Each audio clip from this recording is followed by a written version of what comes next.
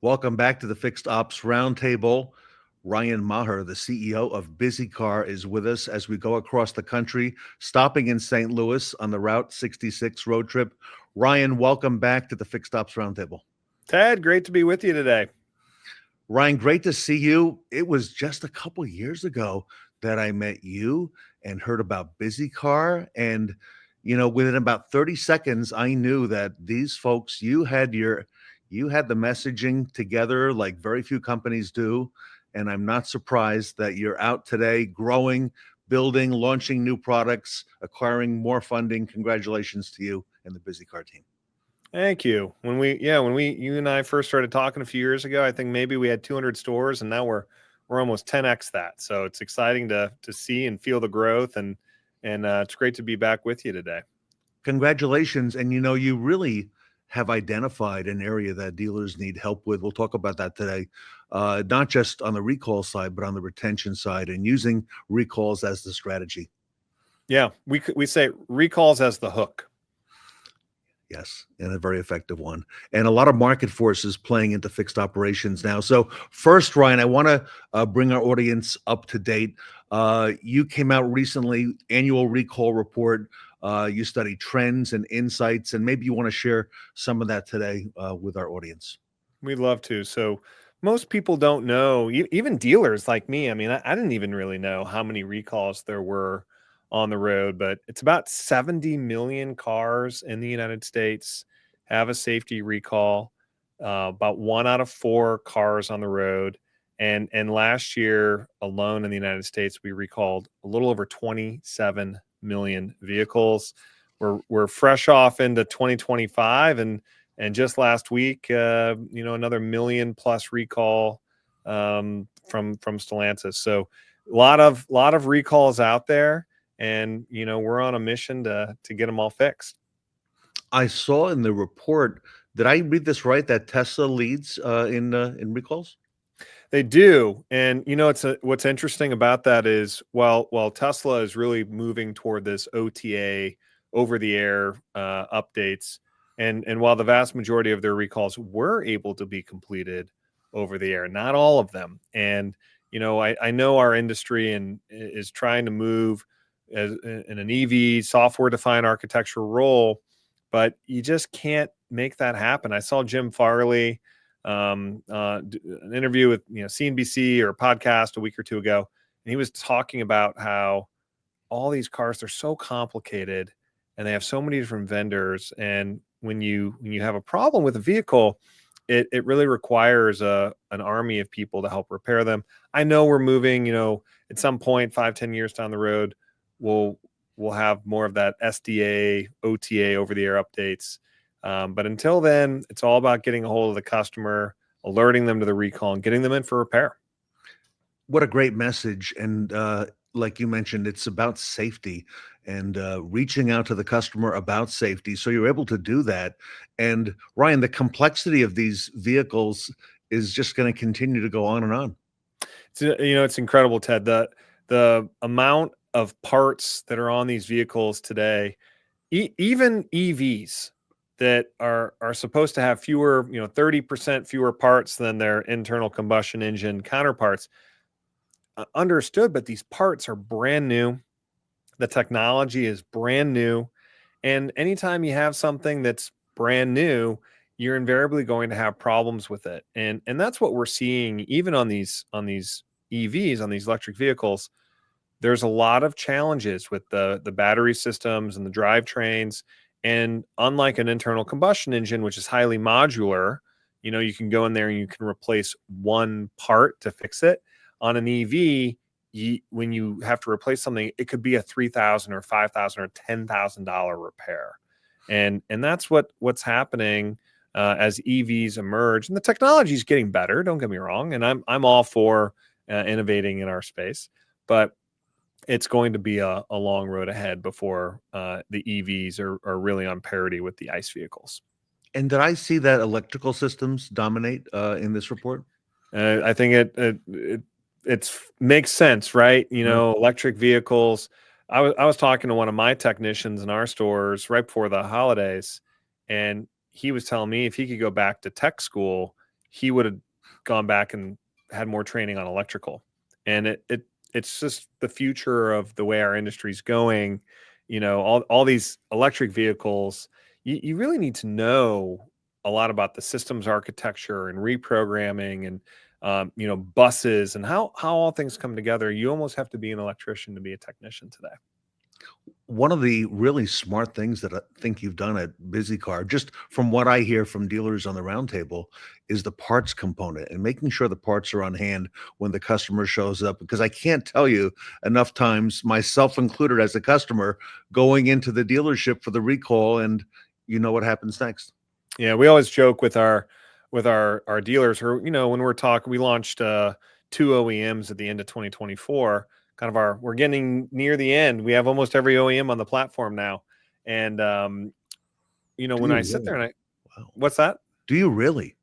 We will, by the end of this year, every major car manufacturer globally will be a partner of ours. But Congratulations. the piece about the parts is huge, and I always joke with our partners, the only thing worse than somebody not repairing their recall is they come into my service drive and they're holding that letter. You know which letter I'm talking about, Yeah. the recall notice. And I just cringe because they didn't make an appointment and they're coming in. I'm like, boy, I hope it's a part, no parts needed, or it's a part we have in stock, because it's so frustrating to those customers, to those consumers. They gave up valuable time during their day to come in and repair a safety issue on their vehicle. And then they're disappointed when the part's not in stock. So not only are we doing that on our core product, our outreach product, but we actually launched a new product in 2024 that is specifically designed for all of the appointments. So think of every appointment that a dealer has in their store. Our product we released last year allows us to communicate with those customers, make sure the supply chain is there. It's been our fastest growing product, and we've had some big publics buy it for their entire dealer body. Wow. So I got to ask you, as one business owner to another, when you came up with this idea of BizzyCar, um, and as we shift a little bit and talk a little bit about your strategy and the dealer strategy for retention, did you know this was going to be such a dominant part of the market in just the next few years? Because, while it seems to many as an overnight success, I know it's not. You've been working on this for a long time. And did you know it was going to be this well received? No, and I'll be honest with you, we didn't intend to set out and build a company.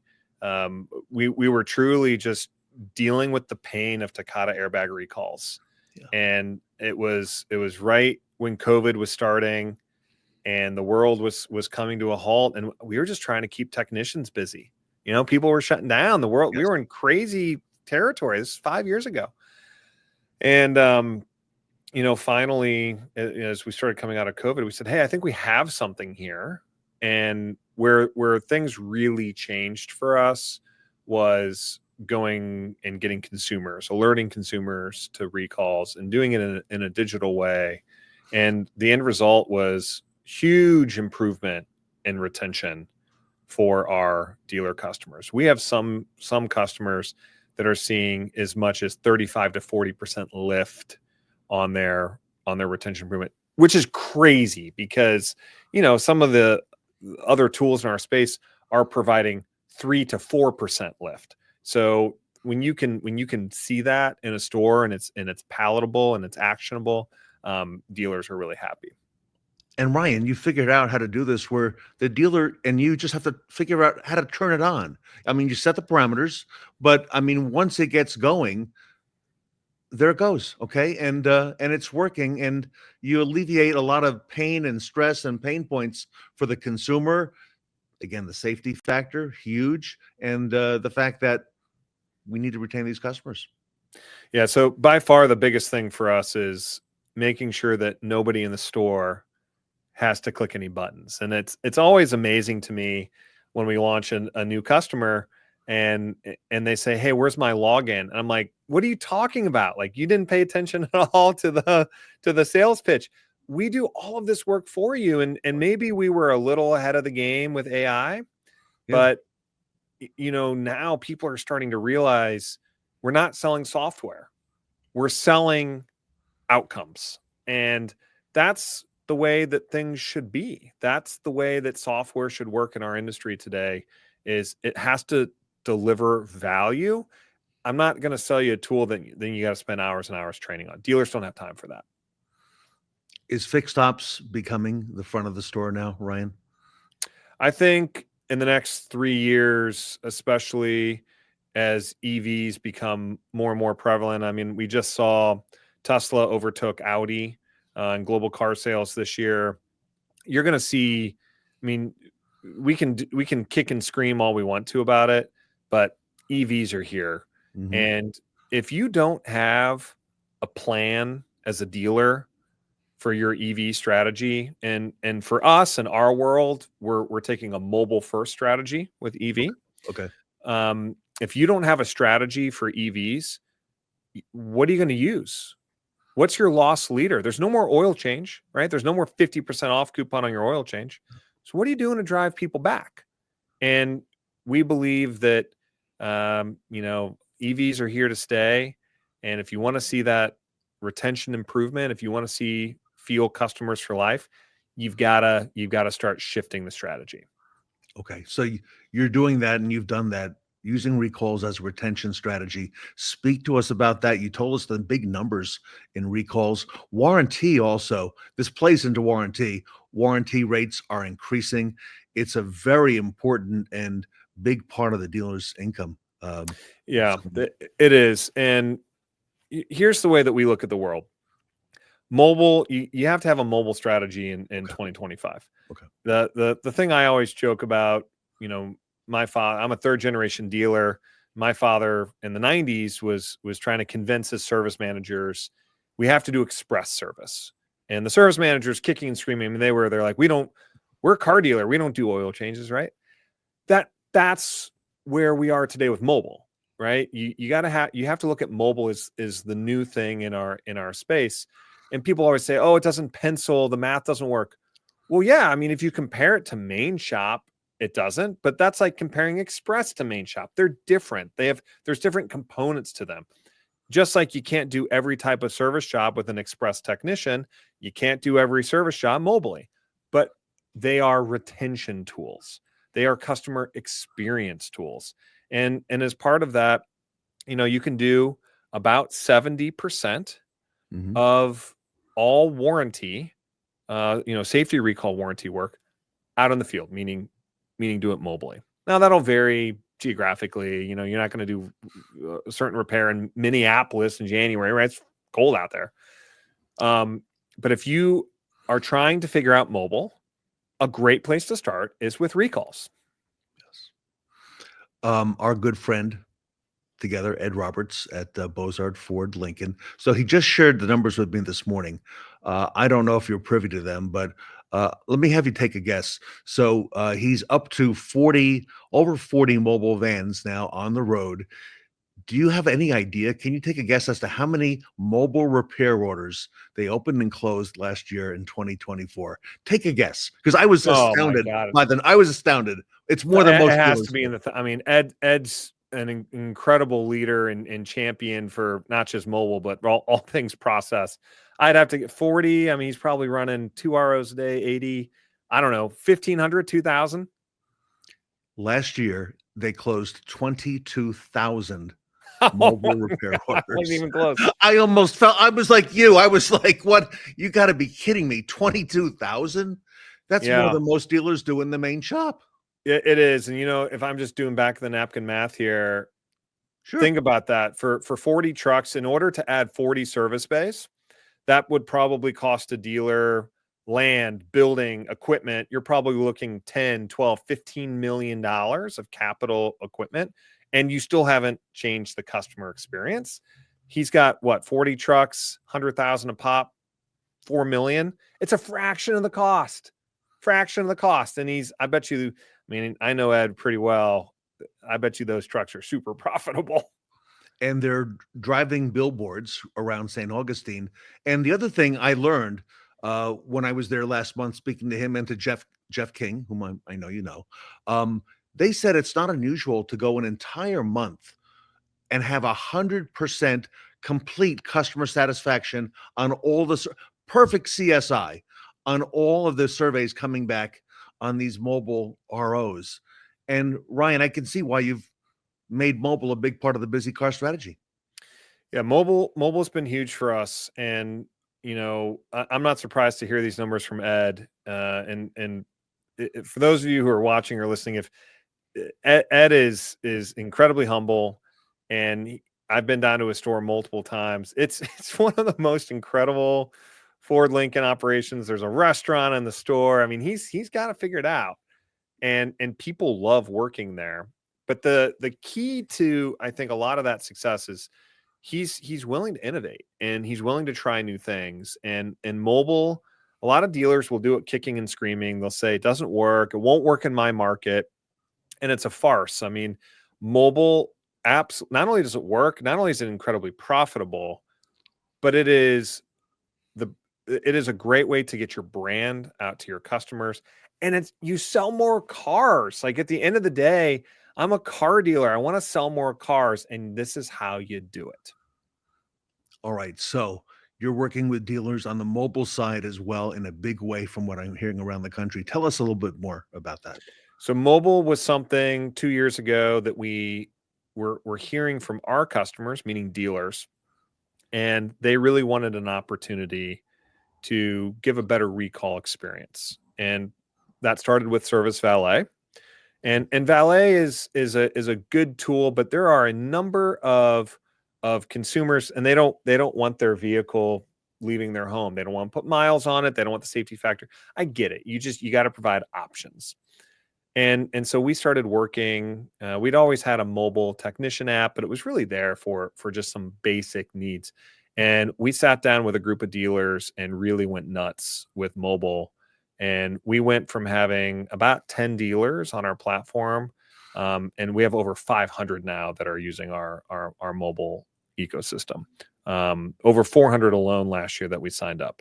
And the benefit is when you start tying these tools together, and the app just works like it's supposed to, you create a great consumer experience, but you also create a great employee experience. So, our mobile app, we are really taking into consideration the mobile coordinator, the service advisor, the parts manager, and the tech. You have to think through all of these use cases and make it simple and convenient for everybody. So for the dealers who say or said, and going back to something you mentioned a few minutes ago, it doesn't pencil, you can help make this pencil using recalls as part of that strategy. Recalls are a part of it. It'll get you started. So I always tell people when they want to get started with mobile, there's three things you have to do. One, use recalls as a hook, because you have a predictable revenue stream. Step two, you got to have the right technology. This is a new thing. Think about all the SLT, the service lane tech that we have today. I mean, there's apps and MPIs and sensors, and you can't leave the store and throw that stuff out, right? We've spent years as dealers honing our process, and you got to have that process drilled in. And then third, you got to have a champion. You got to have somebody that cares.